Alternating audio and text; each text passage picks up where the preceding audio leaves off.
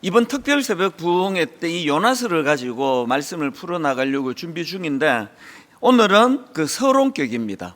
이 요나서 전체를 통해서 우리에게 주시는 메시지가 참 많은데요, 이 요나서에서 제일 먼저 말씀이 이렇게 시작을 합니다. 1장 1절입니다. 여호와의 말씀이 아미떼의 아들 요나에게 임하니라 이르시되. 이게 왜 중요한가 하면은요, 구약의 선지서를 보면은 이 말씀의 패턴이 거의 다 이렇게 시작을 합니다. 이 요나서 바로 앞에 나오는 오베아다 성경을 보면은 오베아다 1장 1절입니다. 오바댜의 묵시라, 주 여호와께서 에돔에 대하여 이와 같이 말씀하시니라, 이렇게 시작을 하고요. 또 그 앞에 나오는 아모스도 마찬가지입니다. 1장 1절입니다. 뒷부분만 읽어드리겠습니다. 아모스가 이스라엘에 대하여 이상으로 받은 말씀이라. 또 그 앞에 나오는 요엘도 마찬가지입니다. 요엘서 1장 1절, 브두엘의 아들 요엘에게 임한 여호와의 말씀이라. 이게 지금 뭘 의미하는 겁니까? 선지자들은요, 자기 말을 전하는 사람이 아닙니다. 선지자는 먼저 하나님의 말씀이 자기에게 임하고 임한 말씀을 전하는 게 그게 선지자라는 겁니다. 임하지도 않은 말씀을 전하는 가짜 선지자들이 그때도 얼마나 많았겠냐고요. 이건 설교자들에게도 똑같이 적용되는 말씀입니다. 설교자는요, 말씀이 먼저 자기에게 임해야 돼요. 그 임한 말씀을 전하는 게 그게 설교 아닙니까? 이 말씀이 임하지도 않았는데 임한 척하고 전하는 그 전부 다 가짜예요.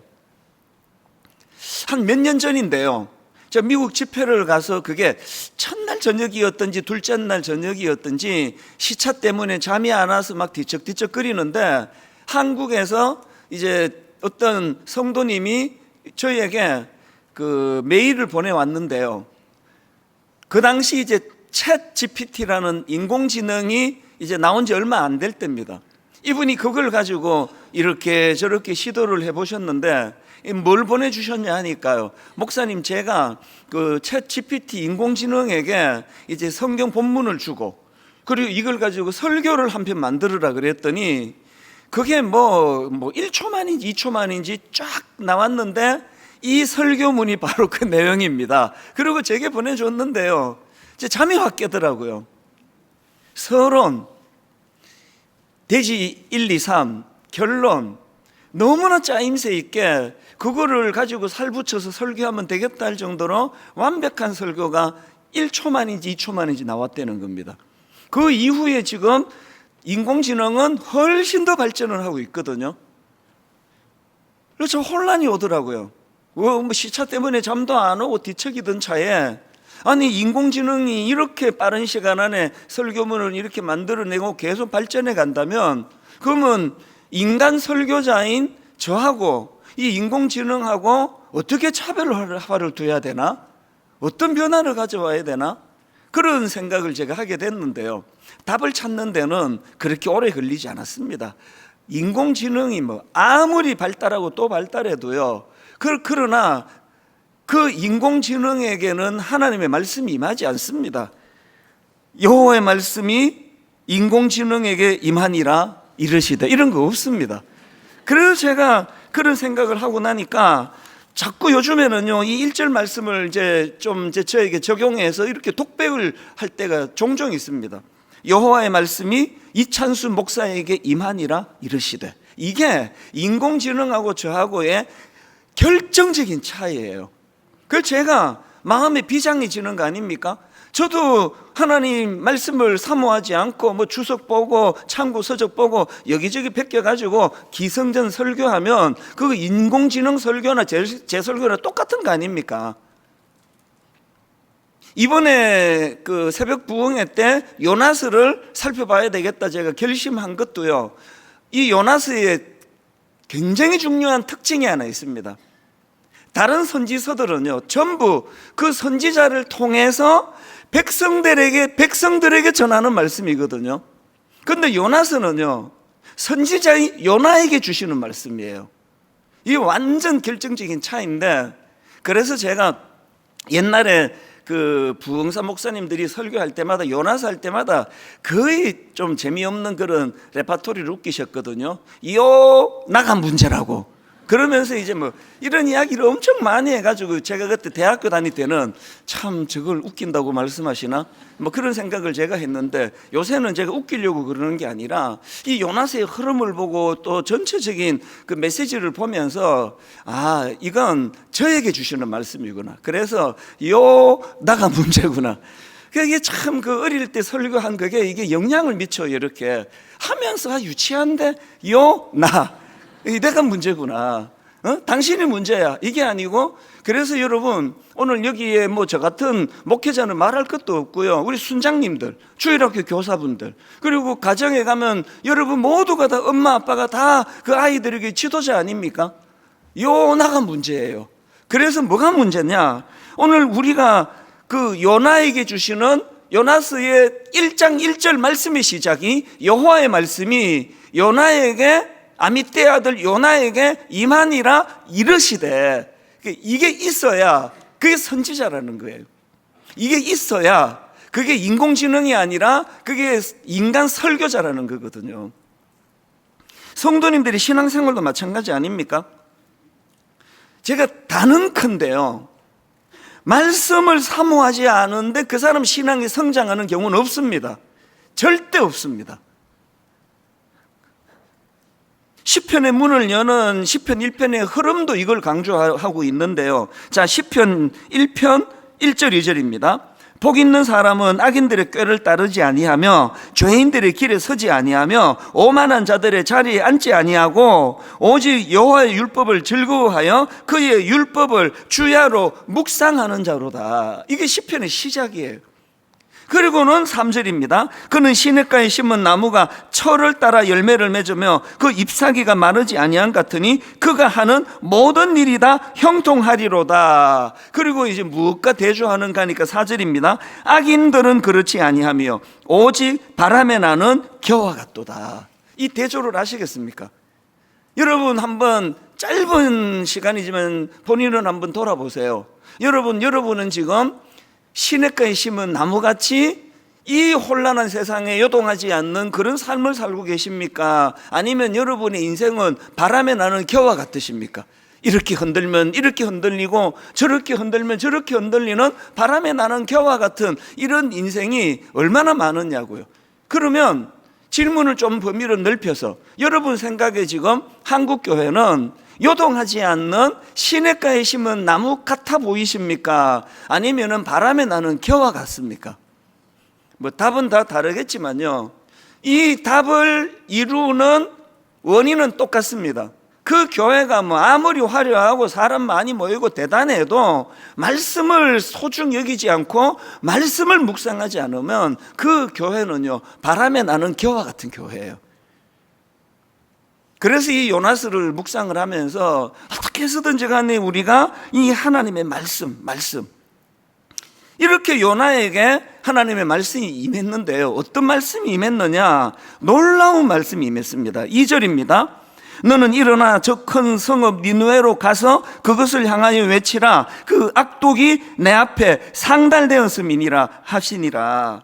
여기 나오는 니느웨는 그 당시 초강대국이에요. 뭐 요즘으로 치면 뭐 미국 같다고 하면은 이게 좀 비슷하려나? 그 당시 초강대국이었던 아수르 제국의 수도예요. 이게 왜 놀라운지 아시겠죠? 지금 하나님은 그 초강대국이면서 엄청 포악하고 악한 니느웨를 회개시키고 그들을 부흥시키고자 하는 계획이 계세요. 그리고 더 놀라운 건 그 일을 요나를 통해서 이루기를 원하신답니다. 요나가요, 사실 이런 말씀이 임하면 이 말씀 듣고 기절해야 돼요. 뭐 그래가지고 감당이 안 돼가지고. 이게 뭐 어마어마한 말씀이거든요. 제가 30대 초반에 옥하는 목사님을 담임 목사님으로 모시고 청소년 사역할 때 옥 목사님을 가까이서 지켜보니까 진짜 부럽더라고요. 제가 옥하는 목사님을 보니까요, 하나님께서 그 시대를 위하여 옥하는 목사님을 들어 쓰시기로 작정한 것 같으신 거예요. 그렇게 부러웠습니다. 그래서 저도 엘리사처럼 스승 엘리야를 놓고 그가 구했던 것처럼 갑절의 영감을 주시기 원합니다. 하나님, 부족한 저 자격도 없지만 저도 그 시대를 위하여 쓰임받기를 원합니다. 그렇게 30대 때 간절히 구했던 기억이 나거든요. 지금 근데 요나는요, 뭐 옥하는 목사님을 들어서신 그 정도가 아니고요, 한 시대를 뒤흔들던 그 나라 수도를 회개시키는 일에 지금 요나를 사용하시기로 결정하셨다. 그래서 그 얘기 듣고 요나가 기절해야 된다니까요. 그런데 불행하게도 요나는 그 놀라운 축복의 말씀을 발로 차버렸습니다. 이게 무슨 의미인지 알지를 못하는 거거든요. 사실 요나가 참 원통해야 되는 게 뭐냐면요, 하나님께서 지금 그 자기를 통하여 니느웨라는 악한 도성을 변화시키는데 쓰임 받으려고 하는 이 사건이요, 니느웨가 혜택을 받기 전에 자기에게 먼저 혜택이 온다는 걸 모르는 거 아닙니까? 이 2절 말씀을 제가 액센트로 넣어서 다시 한번 읽어드릴게요. 요나 입장에서 한번 들어보십시오. 하나님의 말씀입니다. 너는 일어나 저 큰 성읍 니느웨로 가서 그것을 향하여 외치라. 이 한마디 한마디가 다 활력 아닙니까? 일어나 가서 외치라. 사람이요, 그 사명을 받으면 저로 인해서 혜택을 받는 분이 당연히 생기지만 그 상대방이 혜택을 받기 전에 사명을 받은 자기가 혜택을 받아요. 제가 인생을 살아보니까 제 생애에 가장 두려운 게 저는 권태감이더라고요. 뭐 코딱지만한 거 해놓고 뭐 대단한 게 했네라고 교만하면 하나님이 벌로 권태감을 주세요. 뭘 칭찬을 들어도 뭔 일을 해도 뭐 그렇게 즐겁지가 않고, 그래서 성공한 사람들이 뭐 외도를 하거나 성공한 목사님이 또 무슨 일을 하거나 제가 분석하면 항상 원인은 하나예요. 권태감 때문에. 무슨 칭찬을 들어도, 설교 잘한다 그래도, 교회가 부흥했다 그래도 거기에 마음이 별로 그 권태감이, 흥미가 안 생깁니다. 그래서 하나님 뜻 아래 살지 않으면 성공하는 그 모든 게 다 형벌이 되는 거예요. 세상에 무서운 게 권태감이에요. 새우깡 하나 딱 먹을 때는 그렇게 맛있었는데 이제 뭐 다 먹어가고 한 3개쯤 남으면 그거 버리기 아까워서 그냥 먹는 거예요. 그게 권태예요. 오늘 여러분, 요나에게 하나님이 놀라운 사명을 주시는데 일어나 가서 외치라. 이건요, 요나의 내면에 새로운 활력을 주는 놀라운 축복인데 그거 발로 차버렸다니까요. 제가 지금 나이는 자꾸 들어가는데 막 멈추지를 않잖아요. 또 여름에 또 하나님이 사명을 주셔가지고 이제 내년에 대학부, 청년부 다 갈아엎는다. 그래서 지금 막 이제 막 청년부 만나고 대학부 만나고, 어제는 또 그 대학 1부 리더들 먼저 만나고 그 끝나자마자 또 2부 리더들 먼저 만나고 막 학생들 전부에게 제 이메일 주소 다 공개하고. 왜냐하면 지금 우리 이제 이 대학생들이 이게 뭐 지금 잘 적응해서 지내가는데 내년에 막 판을 다 갈아엎겠다 그러니까 우리 젊은 대학생들 중에는 이게 뭐 또 좀 용납이 잘 안 되는 사람도 있을 거 아니냐고요. 오늘 지금 이렇게 재밌게 잘하고 있는데 왜 우리 목사님은 또 이걸 또 갈아엎는다 그러냐. 그래서 제가 어제 가가지고 막 얼마나 긴장이 되든지, 아니 제가 막 우리 저보다 연세가 많은 분들한테 설명해도 그렇게 긴장 안 해요. 그 대학생들 앞에서 막 부들부들 떨면서 제가 했어요. 어떻게 해서든 얘들 마음을 다치지 않게 하려고. 그러고 이제 저녁 무렵에 집에 가갖고 막 얼마나 진이 빠졌는지, 그러고 바로 쓰러져 자버렸습니다. 이 설교 큰일 날 뻔했어요. 새벽에 또 하나님 눈뜨게 해주셔가지고 다행히 잘 마무리했지만 그 정도로 진이 빠졌어요. 그 청년들을 만나보니까요, 또 뭐 이런저런 질문하고 하는데 이제 뭐 많이 이제 불안하죠. 그래서 이제 제가 이런 말 했습니다. 내년에 변화가 당신들을 이렇게 불안해하냐? 불안으로 치면 내가 제일 불안하다. 이게 안 되면 내가 모든 책임을 내가 져야 되는데. 그리고 솔직히 지금 내가 이제 지금 내 나이로 봤을 때는 여러분들한테 그저 간식비 올려주고 뭐 그냥 막 잘하라고 그냥 격려해주고 안정적으로 가는 게 나한테 유리하지. 이게 지금 이렇게 막 갈아엎어 가지고 나도 지금 막 너무 힘들다. 막 하소연을 했어요. 그랬더니 이 대학생들이 조금 저를 이제 불쌍하게 보는 것 같아서 성공했다 그런 생각을 하고 왔거든요. 이게 지금 뭐 보통 문제가 아니에요. 그래서 왜 나는 하나님이 도대체 지금 개척한 지 20여 년 동안 한순간도 내가 쉰 적이 있느냐고 하나님께. 그러나 힘은 들지만요, 저는 이게 감사해요. 내 인생에 권태는 없습니다. 권태감이 올 시간에 자요. 무슨 그런 호사스러운 생각을 하느냐고요. 오늘 여러분들에게 하나님이 권태감이 찾아올 때, 그 마음의 무기력함이 찾아올 때 오히려 하나님은 이렇게 세우세요. 맨날 뭐 쉬어라 그러지 않으세요. 왜? 요나에게 그 놀라운 사명을 주실 때는 요나에게 활력이 일어나거든요. 일어나! 가서 외치라! 그래서 그 혜택을 그 니느웨 사람도 받게 되지만 본인이 제일 많이 받는다는 걸 이게 모르니까 이게 어리석은 인생이죠. 그래서 이거를 발로 차버렸습니다. 요나가. 그게 3절이거든요. 그러나 요나가 여호와의 얼굴을 피하려고 일어나 다시스로 도망하려 하여 욥바로 내려갔더니, 여러분 이게 제가 굉장히 묘한 말씀 하나를 발견했는데요, 이렇게 하나님의 활력의 사명을 발로 찼더니 어떤 결과가 일어났느냐. 자, 4절, 5절이 포인트인데 4절부터 읽어드릴게요. 여호와께서 큰 바람을 바다 위에 내리심에 바다 가운데 큰 폭풍이 일어나 배가 거의 깨지게 된지라. 사공들이 두려워하여 각각 자기의 신을 부르고 또 배를 가볍게 하려고 그 가운데 물건들을 바다에 던지니라. 그 다음 보세요. 그러나 요나는 배 밑층에 내려가서 누워 깊이 잠이 든지라. 이 대조를 아시겠습니까? 이게 그냥 사건의 서술만이 아니에요. 여기에 굉장히 함축적인 의미를 담고 있거든요. 하나님은 지금 일어나라는데, 하나님은 지금 달려가라는데, 불순종한 요나는 배 밑바닥에 가서 주저앉아 있는 거예요. 그리고 잠에 취한 거예요. 잠에. 무기력 아닙니까? 오늘 여러분 이 요나처럼 침체에 빠져 계시는 분 계세요? 지금 요나처럼 배 밑층에 내려가서 그리고는 깊이 잠이 든 것 같은 그런 인생이 계세요? 아니면 뭐 조금 이루었다고 막 그러시다가 지금 권태감에 빠져가지고 엉뚱한 데 자꾸 눈이 가는 분 계세요? 지금이야말로 요나서 1장 2절에서의 하나님의 말씀이 필요합니다. 일어나라! 가서 이 일을 네가 감당해라. 그래서 여러분 삶 속에서 이제는 이 활력이요, 히브리서 4장 12절, 하나님의 말씀은 살아있고 활력이 있어. 여러분 우리 삶에 한번 이 활력을 회복하자고요. 맨날 뭐 자고 쉬고 먹고 그래서도 충전이 일어나지만 이제는 한번, 그래서 저는 우리 순장님들 위해 기도합니다.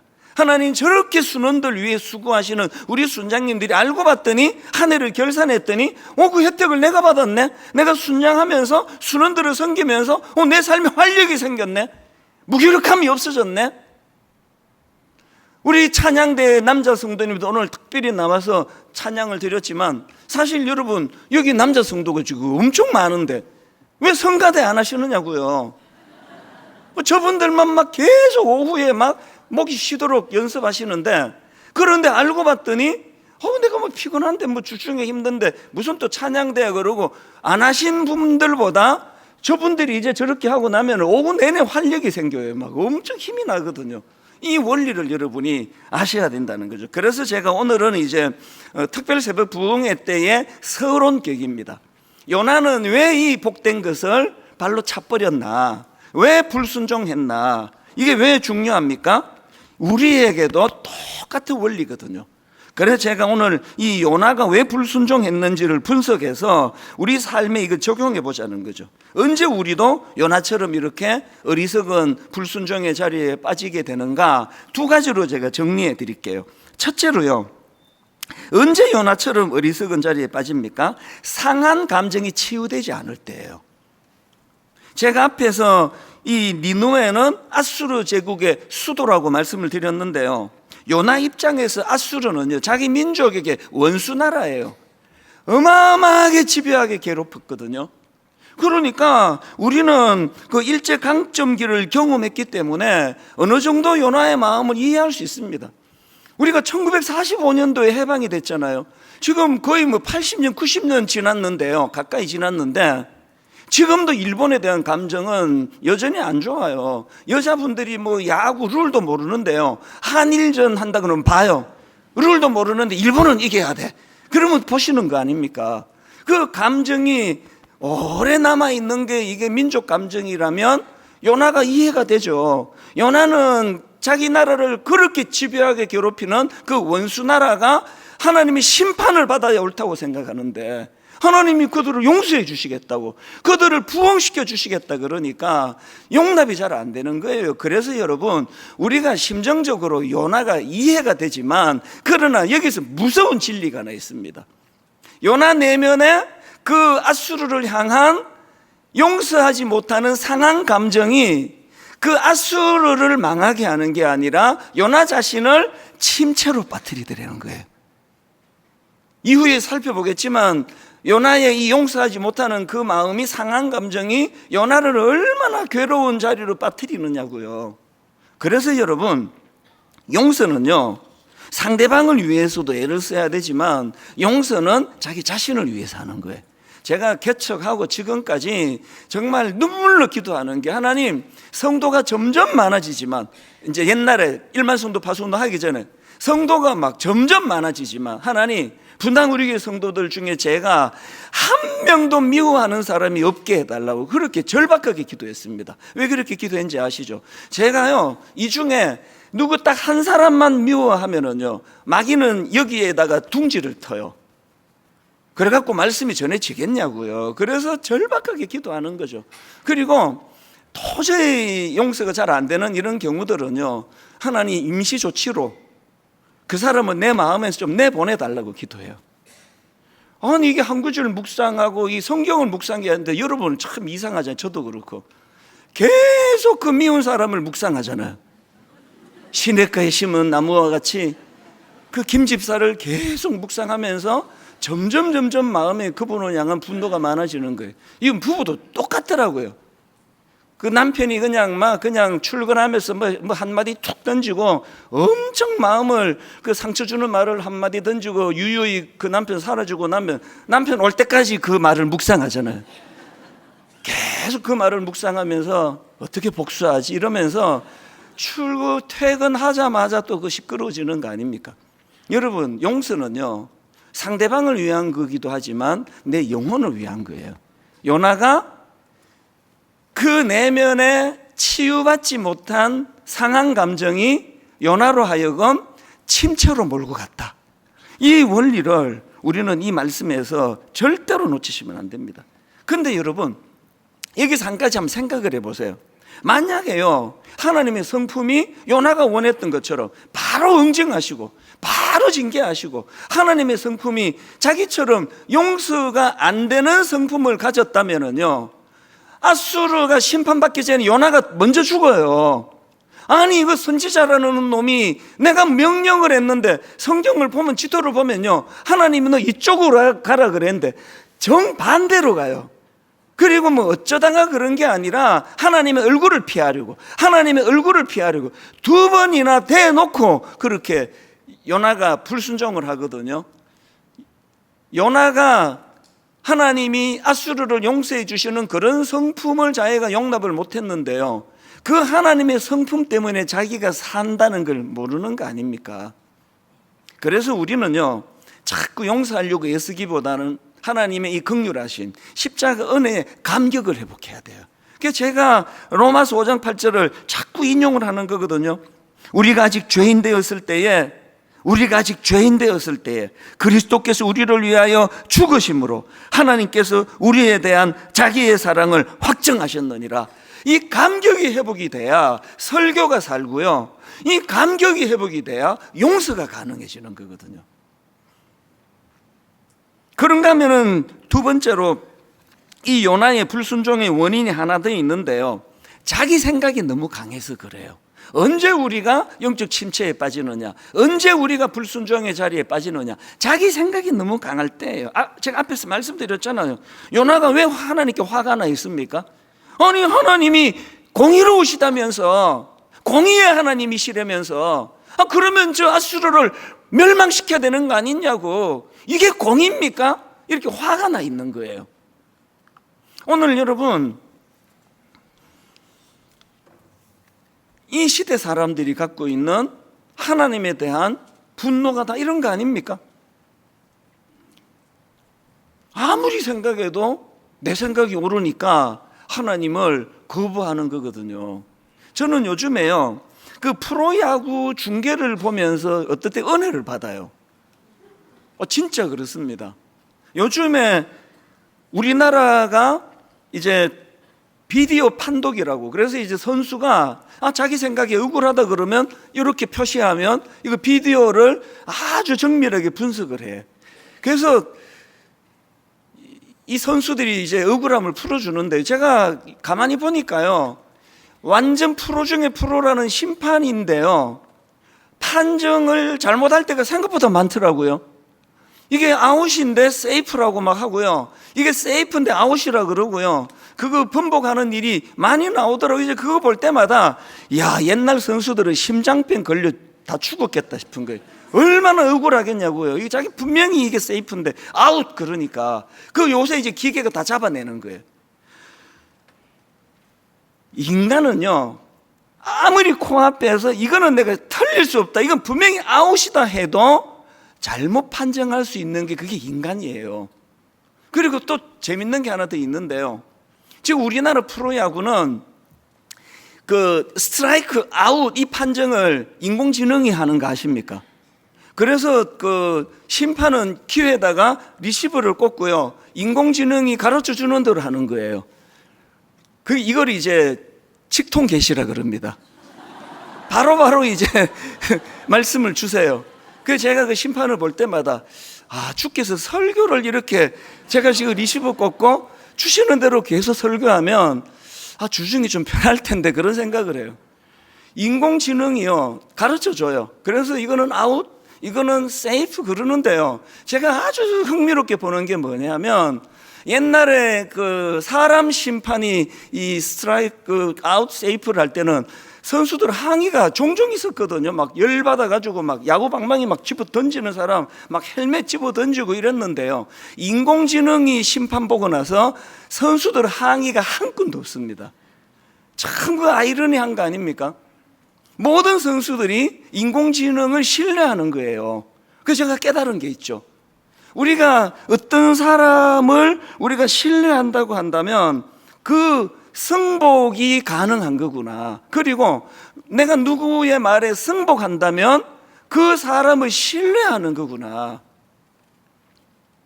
제가 옥하는 목사님 밑에서 10년간 그 사역했다고 말씀드렸는데요, 제가 목사님과 사역하는 동안에 기록이 하나 있습니다. 제 마음의 기록이 있는데요, 저는요 10년 동안에 옥하는 목사님이, 담임 목사님이 제게 뭘 시키실 때 단 한 번도 거절한 적이 없습니다.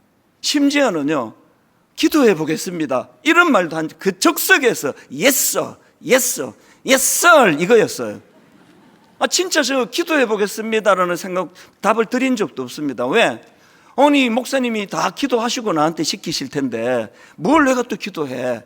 무조건 시키는 대로 했거든요. 그게 분당 우리 교회를 낳은 거 아닙니까?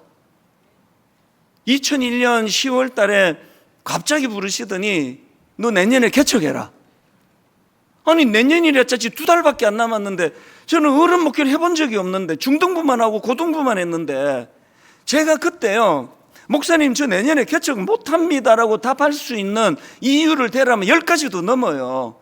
그래서 너무 당황이 된 게 사실이에요. 그러나 저는 순종했습니다. 왜? 목사님이 기도하시고 뭔가 받으셨나 보다. 그래서 막 너무너무 떨리고 두려웠지만, 그리고는 분당 우리를 개척을 했더니 옥하는 목사님 말씀이 옳으신 거였더라고요. 이게 신뢰예요.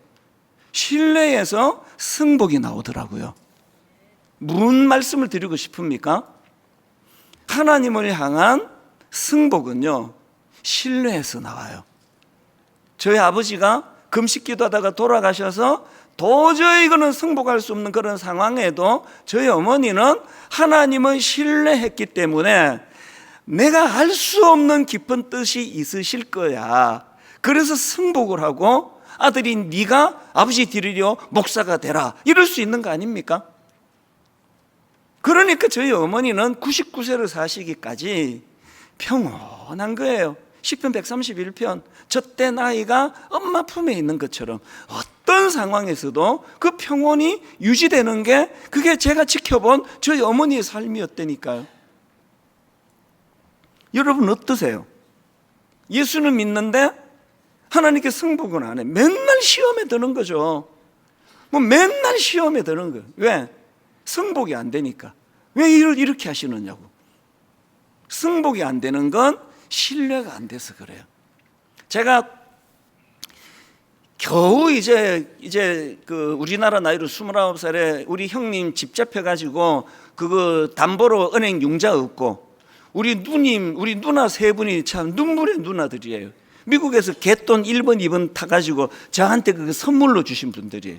그래서 이제 눈물로 그 조그마한 가게를 오픈하고 딱 석 달이 됐을 때 하나님이 저에게 한국의 청소년들을 도와라, 신학교 가라 그러니까 제가 그거를 하나님 그렇게 할 수 없습니다라고 설명해야만 되는 그걸 이유를 대라 그러면 100가지도 더 될 거예요. 우선 형제들한테 뭐라고 얘기해야 돼요?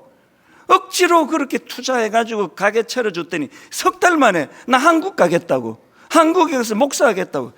아마 우리 누나들이 그 얘기를 들으면 어떻게 할까 막 이게 입이 안 떨어지는 거예요. 하여튼 내 이럴 줄 알았다 내가, 이렇게 말할 것 같아가지고 그렇게 말했는지 안 했는지 기억은 안 나요. 한국에 나가는데요, 네 한국에 얼마 있다가 돌아오는지 보자 라고 말한 분이 세 분 중에 한 명 있어요. 공개는 안 하지만. 제가 그때 너무 난감하고 입장 곤란하고 형제들한테 미안하고 오해받을 것 같고 그랬지만 저는 그래서 그때부터 창세기부터 요한계시록까지 성경을 일독하면서 하나님 뜻을 제가 구해서 응답을 받았기 때문에 그때 김포공항에 내려가지고 그날 밤에 한국에서 잘 곳도 없는 상황에서 나왔는데 33년 동안 제가 점점 하나님 은혜를 누리고 사는 건 여러분이 다 아시잖아요. 이 승복이거든요. 여러분 인생에서 승복할 수 없는 그 상태가 참 안타까운 상태예요. 요나가 그랬던 것처럼요. 제가 오늘 결론을요 이렇게 맺기를 원합니다. 제가 이 설교를 준비하다가 그 가시나무라는 노래가 딱 떠올렸는데요, 그 하덕규 목사님이 쓴 그 노랫말이 이거 공전의 히트를 친 거 아닙니까? 이 노래는 다 아실 거예요. 내 속에, 이게 아까 연습할 땐 됐는데 이 가성을 써가지고 그냥 가사를 부르는 게 좋겠습니다. 내가 아까 분명히 됐는데, 내 속엔 내가 너무도 많아 당신의 쉴 곳 없네. 목사님이 지금 그때는 목사님이 아니셨을 때인데요, 성령 충만한 걸로 쓴 것 같아요. 그러니까 내 속에 내가 너무도 많아 당신의 쉴 곳 없네. 근데 당신은 하나님이에요. 내 속엔 내가 너무도 많아 당신의 쉴 곳 없네. 내 속엔 헛된 바램들로 당신의 편할 곳 없네. 내 속엔 내가 어쩔 수 없는 어둠 당신의 쉴 자리를 뺏고, 내 속엔 내가 이길 수 없는 슬픔 무성한 가시나무 숲 같네. 이 노래가 거의 폭발적으로 그때 인기를 누렸잖아요. 왜 이렇게 이 노래를 좋아했나 생각해 보니까 모든 현대인들이 저게 내 얘기거든요. 내 속에 내가 너무 많아. 난 생각이 너무 복잡해. 난 머리가 터질 것 같아. 그래서 이게 가시나무 숲 같아.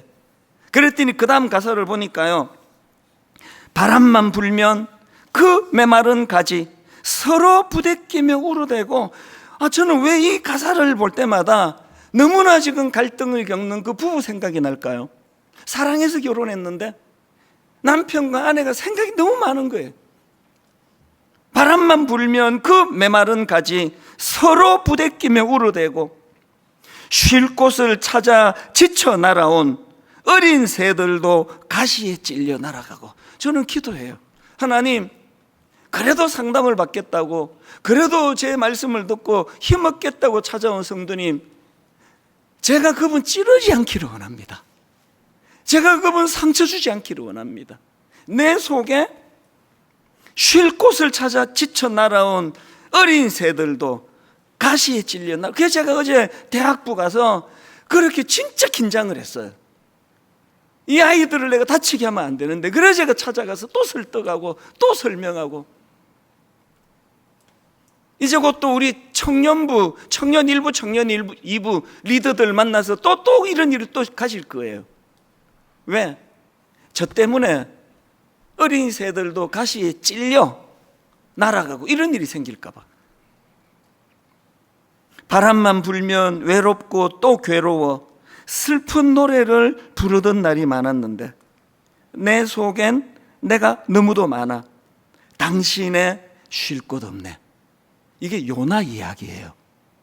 요나를 사랑하시고 요나를 통하여 엄청난 사명을 주시는 게, 그게 요나가 희생이 아니라 요나 자신의 회복을 위한 거였는데, 자기 생각으로 치유되지 않은 내면의 상처로 그렇게 거절하고 배 밑바닥에 처박혀 나중에 안 믿는 선장에게 꾸지람을 듣고 있는 선지자의 비참함, 이게 오늘 우리들의 모습이 아니기를 바랍니다. 우리 지난주에 불렀던 그 찬양을 오늘 한 번 더 부르기를 원하는데요, 저는 이 가사가 아버지 하나님의 마음이 너무 와닿아요. 내 백성이 나를 떠나 돌아섰지만 내 사랑이 내 백성을 포기 못하니. 그 다음에도 보니까 내 모든 것 내어주고, 이 십자가 내 모든 것 내어주고 나 그들을 얻으리라.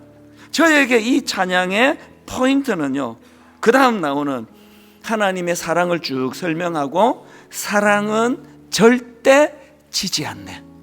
하나님의 사랑은 절대 지지 않기 때문에 제가 오늘 이 자리에 서 있고요, 여러분이 또 여기 와서 힘을 얻으시는 거거든요.